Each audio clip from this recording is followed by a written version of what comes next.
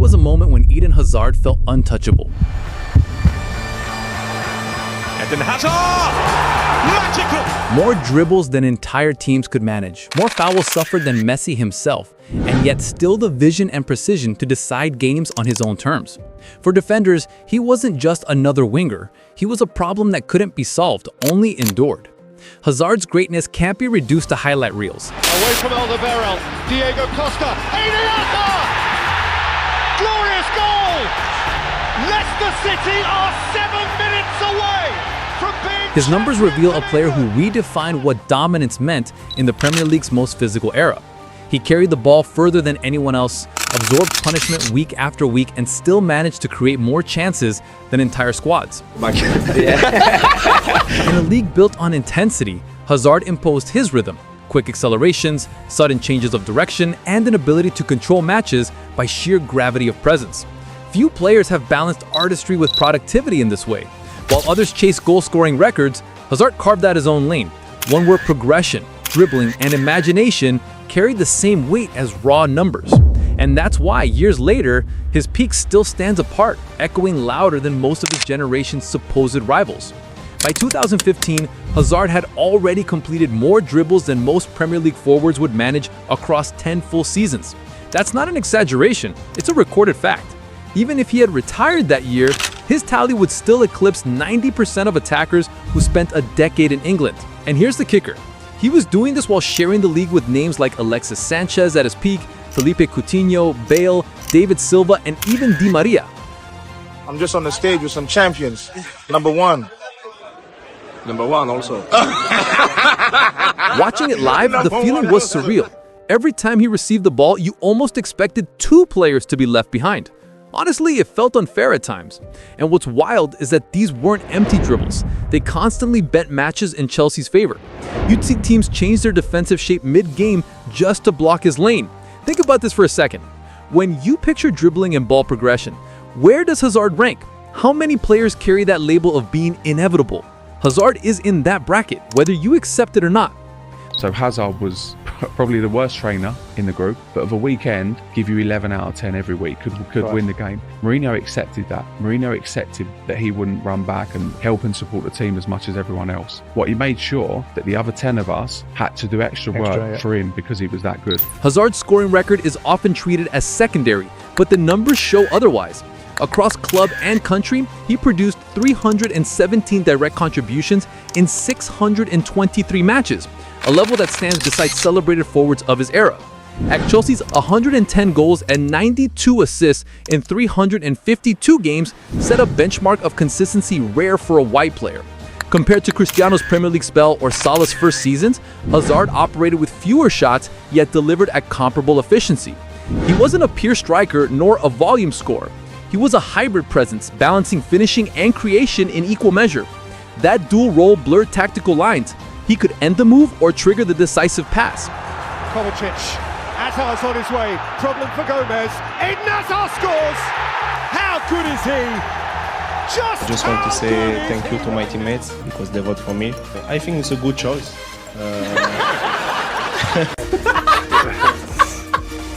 Chelsea's unpredictability often flowed through that ambiguity. In a period obsessed with tallying goals, Hazard showed value measured not only in quantity, but in the variety of ways he altered outcomes. And perhaps that's a sharper lens. Impact isn't always about quantity, but about versatility that opponents couldn't predict. Eden Hazard. Eden Hazard. For How sure. good was this guy? Ridiculous. He was ridiculous. From 2014 to 2019, Hazard led the Premier League in dribbles every single season. That's 5 years of defenders trying, failing, and trying again. In 2014-15, he hit 180, a number that still looks absurd. And here's what made it nastier. He was also the most fouled player in the league during that same stretch, suffering 507 fouls in 6 seasons. Think about that. The only way opponents could stop him was by bringing him down. He took more hits than Messi in that span and yet still carried Chelsea forward. As a fan, you almost braced for the foul every time he accelerated, and he still slipped through more often than not. That combination of dominance and punishment is rare. You don't just top the dribble charts, you top the getting kicked charts at the same time. Hazard played like a target, but never like a victim. And the crazy part is the fouls didn't stop him. They seemed to fuel him even more. Hazard's personal records are staggering. 10 dribbles in a single Premier League game against Newcastle in 2017. 4 separate seasons with 140-plus successful dribbles. Since 2009, only Messi has managed more overall. And let's be honest, that's no shame.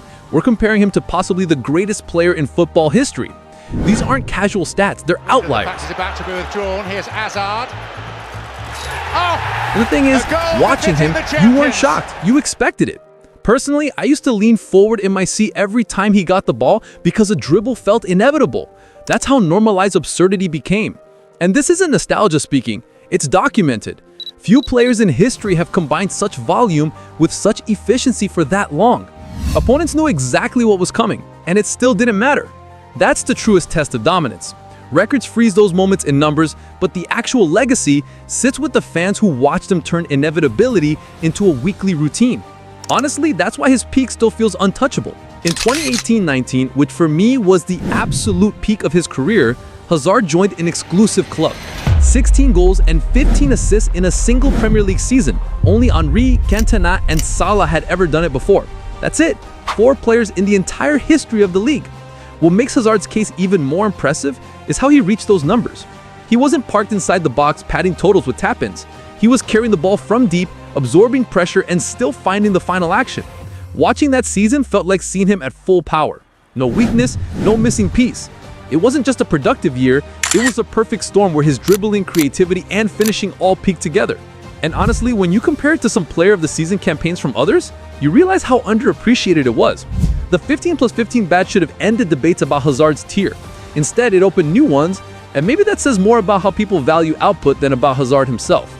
That same season, Hazard also suffered 104 fouls, more than any other player in the league. Think about that. Over 100 times teams had to stop him illegally, and he still posted one of the most efficient campaigns in Premier League history.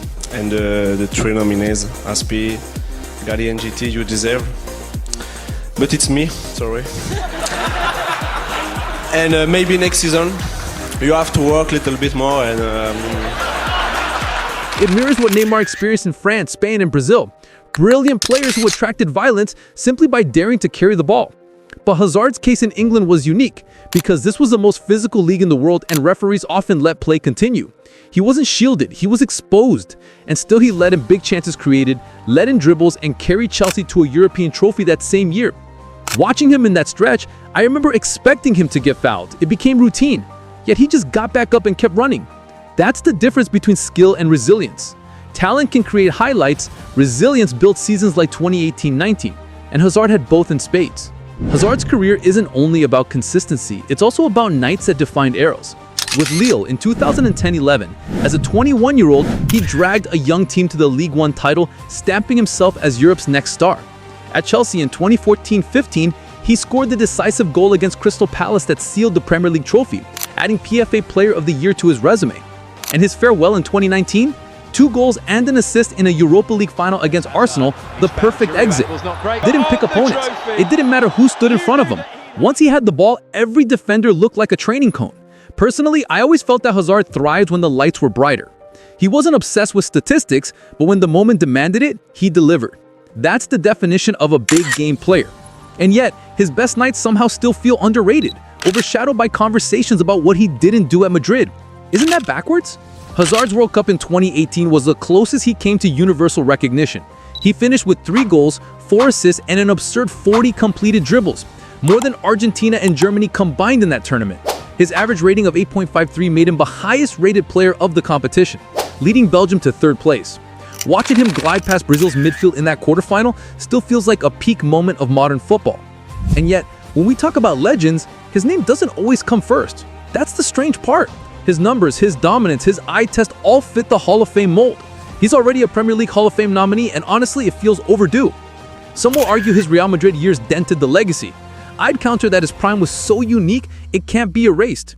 If you measure a career by the nights people never forget, Hazard's place among the era's greats is safe. And deep down, you probably agree. If Hazard's numbers left you shaking your head, stay tuned. We'll be unpacking more stories of players whose stats feel almost unreal. Some of them you expect, others will surprise you. And tell me this, where would you place Hazard among the all-time greats of the Premier League? Top 5? Top 10? Drop your take in the comments. Hazard's career reminds us that greatness isn't only about trophies or longevity. Sometimes it's about a stretch of years where one player makes the impossible feel routine. His dribbles, his resilience, his impact on the biggest stages, all of it built a legacy that no injury can erase.